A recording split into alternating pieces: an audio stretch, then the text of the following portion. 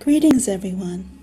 This is Antoinette, aka 17 Petals, and I've been doing some research and meditation on the phenomena of crop circles.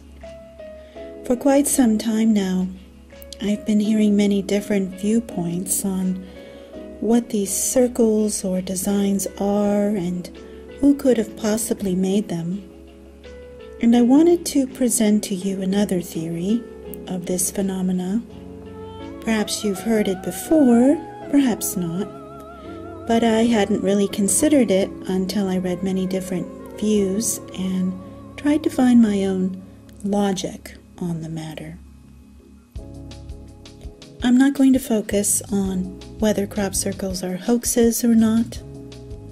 Many others have taken up that mantle, and you may seek them out if that's your interest.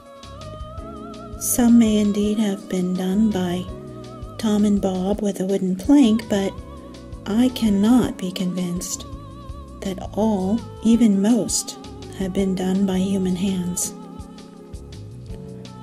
For quite a while I felt that most of these circles were made by off-world visitors as a form of communication with us or with the energies of the planet. But lately my thoughts have been turned to another direction, another theory. In her book Convoluted Universe I by Delores Cannon, who's a hypnotherapist, she addresses the topic of crop circles with 3 of her subjects. Now, Dolores' type of hypnosis in these sessions is different from the norm in that entities, usually extraterrestrial or other dimensional, speak through her clients while they're in a very deep somnambulistic state of hypnosis. Now, in this state, the subject doesn't even remember what they said when they returned to consciousness. That's how deep it is.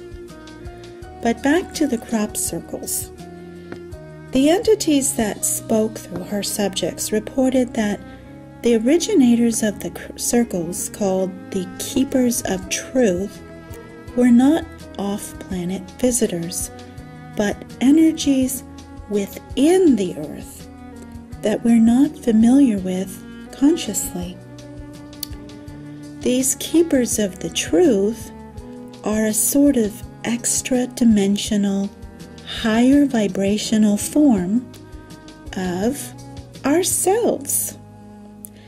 Perhaps this is something we have yet to learn more about, this type of superconscious energy field that may connect all of us and allow these higher versions of ourselves to create and send these physical messages to our 3-dimensional selves by way of crop circles. I'm not dismissing the possibility that ETs are behind it all, but this definitely is an alternate view to consider. Barbara Hand Clow, in her book, The Alchemey of Nine Dimensions, has done much research with the crop circle phenomena. She reports that synchronicities have taken place in which she'd come up with a symbol that she'd been using in her work, and then that same symbol would appear a few days later or a few weeks later in a crop circle. She also tested the power of this conscious creation by having groups focus on a symbol and then seeing it show up in a crop circle. Other researchers have also commented on this synchronicity as well in their own work.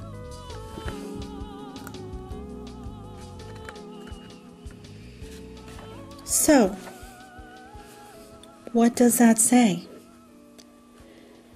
Either the ETs are listening to us, or perhaps we really can direct and affect the consciousness field of the earth and leave these imprints in the form of crop circles. So truly, we still have much to learn about the power of our thoughts and collective thoughts as well. It's very interesting stuff. Barbara Hand Clow does not say it is our own consciousness making these circles, by the way. That is just me presenting an extension to her experiences. She calls the crop circles the work of the circle makers, though she doesn't specify who these circle makers are.